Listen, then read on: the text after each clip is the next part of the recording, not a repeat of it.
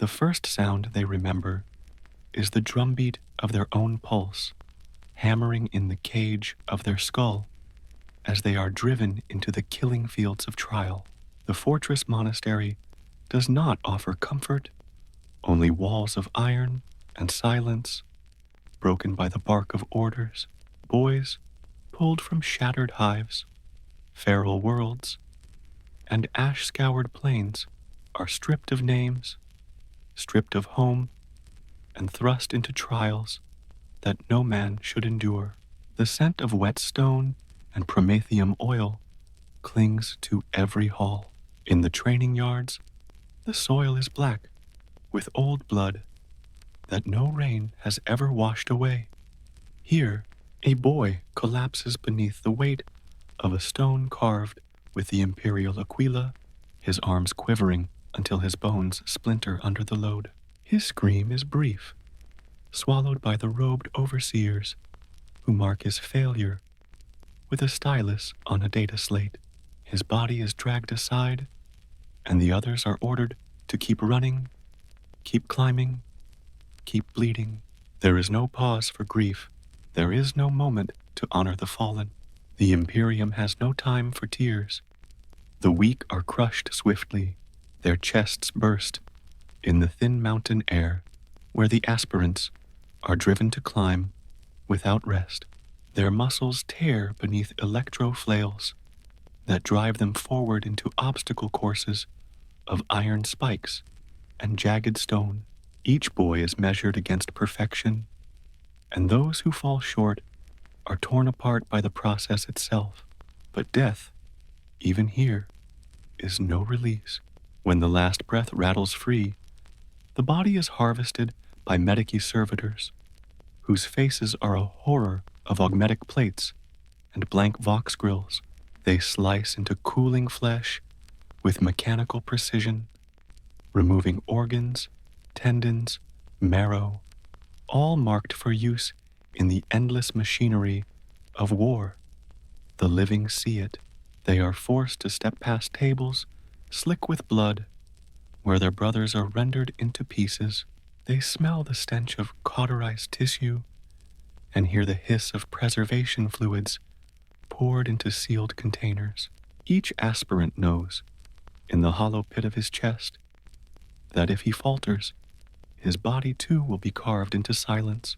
It drives them harder than the lash, harder than hunger, harder than fear itself. Some are not even granted the mercy of death. There are boys who collapse with shattered legs or torn spines, still breathing, still conscious, yet incapable of rising when the drill sergeant's shadow falls across them. For these, the fate is worse. Sedatives are injected into their veins, and when they wake, they no longer recognize themselves. Their minds are gone, scraped clean like chalk from a slate. They stumble forward as servitors, lobotomized thralls with augmetic limbs welded in place of what was broken. The boy, who once laughed in the barracks, becomes a hollow shell, pushing a cart of ammunition, his mouth mumbling fragments of machine prayers he cannot understand. Others are fed into training engines, where their remains are built into target drones, moving dummies clad in scraps of armor, animated by the twitching remnants of nervous systems bound in steel.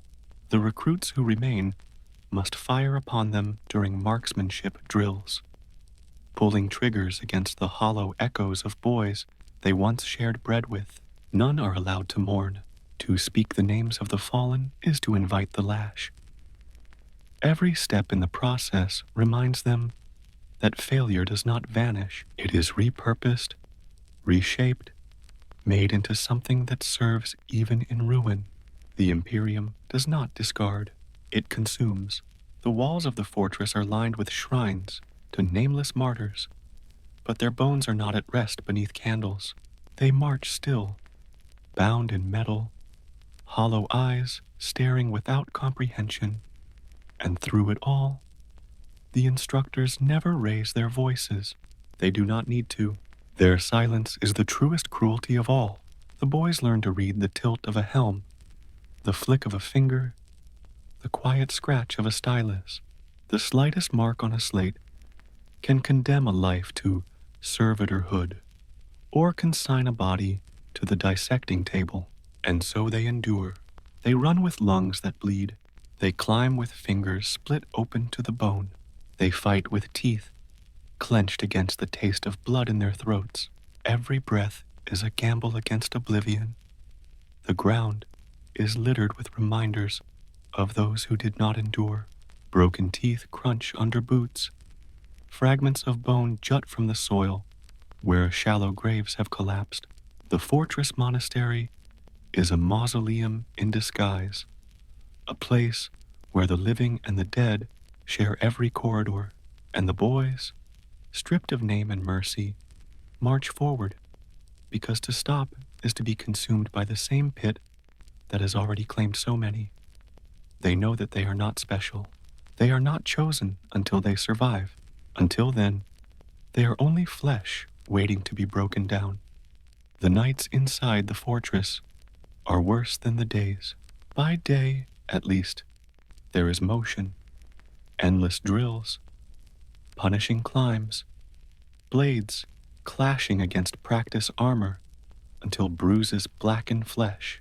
By night, silence falls like a shroud, and the boys are left alone with the smell of damp stone and the echo of distant machinery. Those who cannot sleep hear the grinding of bone saws in subterranean vaults, the steady pulse of cogitators recording each failure in endless columns of ink.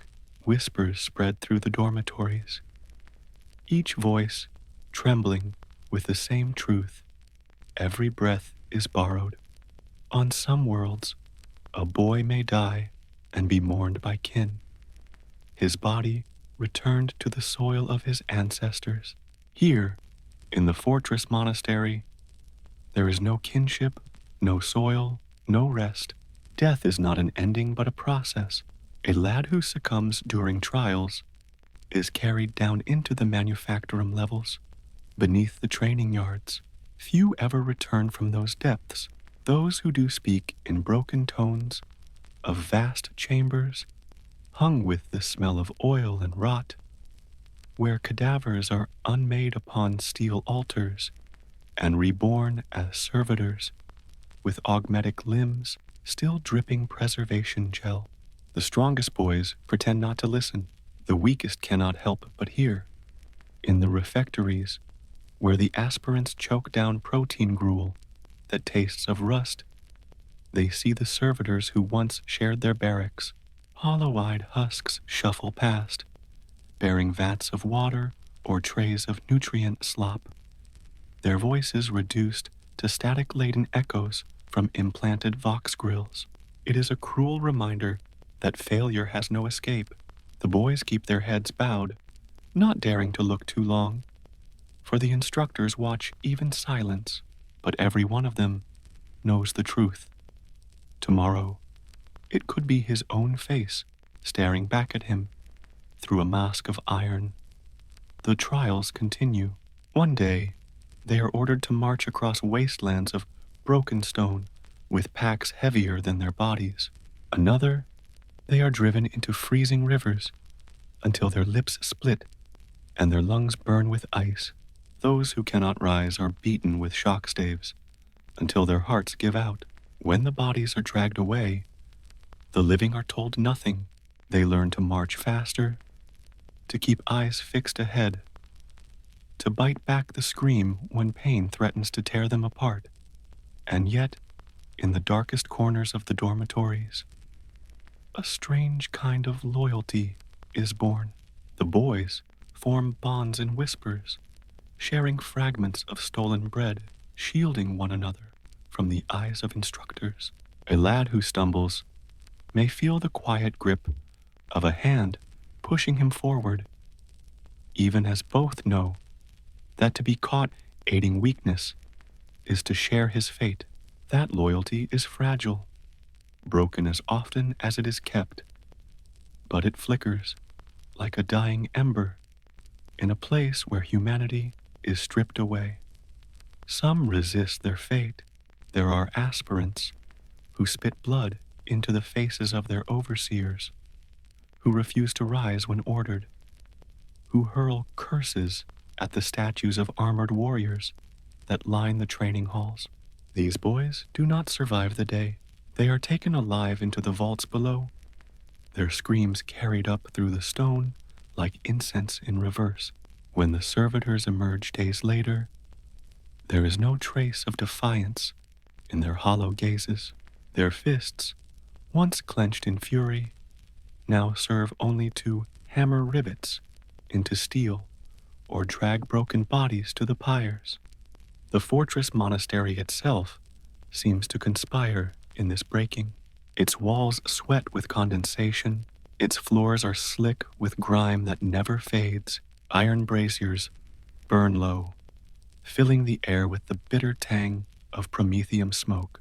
Every statue of an Astartes looms like a judge, its eyes fixed upon the boys as if measuring their worth.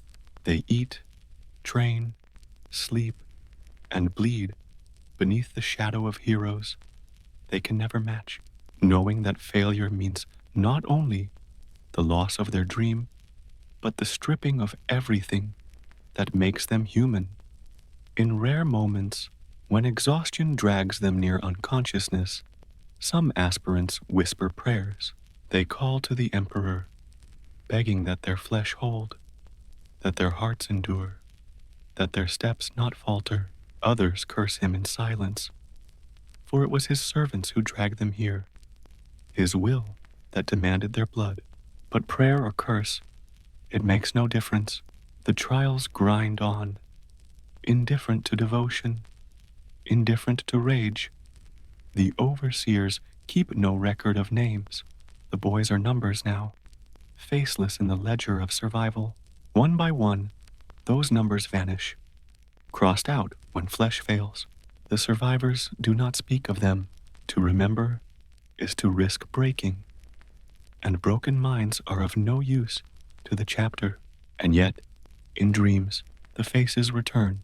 In the sweat-soaked dark of the dormitories, the boys wake to see the hollow stares of those who fell, their mouths stitched shut by augmetic grafts, their eyes empty of all but duty. The cycle repeats until the line between life and death blurs. The boys rise each dawn with the same thought hammering through their skulls. Endure one more day, one more hour, one more breath. Each step is bought with the bones of another. Each heartbeat is stolen from the silence of the grave. They march, bleed, and break, not because they believe they will succeed, but because failure has shown its face, and it is worse than death. The air in the training yards grows heavy with rot. As the weeks stretch into months, no one speaks of how many have fallen, but the silence itself becomes an unmarked grave. Those who survive feel the weight of absence more keenly than any lash. The barracks, once crowded with gaunt faces, thin with each passing day, leaving only empty bed frames that creak in the night like coffins waiting to be sealed.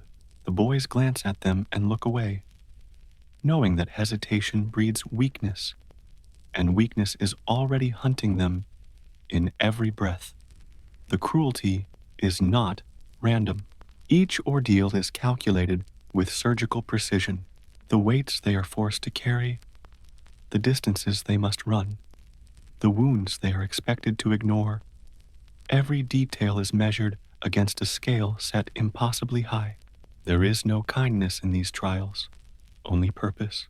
The Imperium is not interested in creating warriors who merely endure. It seeks gods of war, and anything less is stripped away without pause. The fortress is a furnace, and the aspirants are its ore. Most crack under the hammer, a few are sharpened into blades. Yet even among the shattered, a strange kind of dignity flickers. When a boy collapses on the march and cannot rise, sometimes another slows his pace, risking the lash to steady him for a moment longer. When rations are reduced to scraps, some share their portion, though their stomachs knot with hunger. These acts are punished when discovered, but they persist like weeds growing through stone. Humanity is not so easily extinguished, even here, where the walls drip with the sweat of dying boys. The fate of those who fail is never hidden. One evening, the surviving aspirants are ordered to gather in the central hall. The braziers burn low, casting shadows like black scars across the statues of armored giants. Servitors shuffle forward, their augmetics clanking in the silence. The boys recognize them.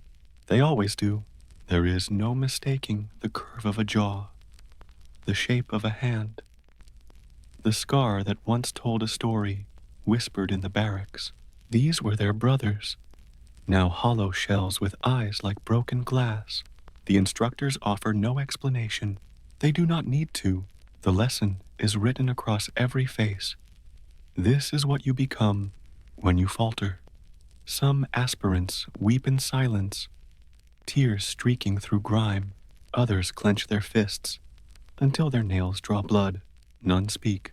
To speak would be to shatter the thin armor of endurance that still holds them upright. When they are dismissed, they return to their beds in silence, lying awake while the echoes of mechanical steps fade into the dark. The image remains burned into their minds long after sleep finally drags them into restless dreams. On the training grounds, the next morning, the air tastes sharper, as though fear itself has been distilled into the cold wind.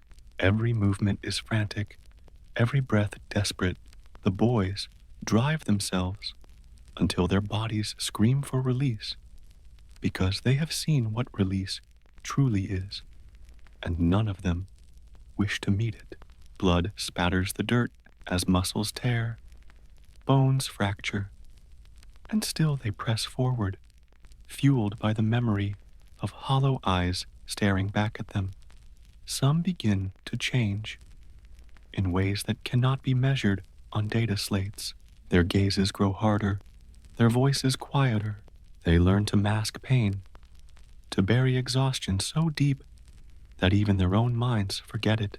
They begin to resemble statues themselves, blank, unyielding, unbending. Humanity is still there, buried beneath layers of resolve and fear, but it grows thinner with every trial. For some, it will survive long enough to ignite into something greater. For others, it will wither into silence before the gene seed ever touches their veins. At last, the chapter of the broken reaches its unspoken conclusion. The aspirants who remain stand in ranks before their masters, gaunt and trembling, but unbroken. Behind them lie the graves of those who failed, both shallow pits in the earth and shambling forms still forced to labor. Ahead of them lies the next threshold, the test of implantation, the dividing line between flesh and something beyond flesh. They know, though no words are spoken, that the worst has not yet come. What they have endured so far has only prepared them for trials that will reach deeper than muscle and bone. And yet, the truth lingers like a wound that will not heal. The fortress has taught them that failure is not a void, but a fate, that the broken are not forgotten, but chained into service until even their memories are consumed. As the gates to the surgical vaults grind open, the surviving aspirants march forward, each step echoing against the stone as though the walls themselves are listening. They leave behind the broken bodies of their brothers, but the echo of their fate walks beside them still, whispering of what awaits should they falter again.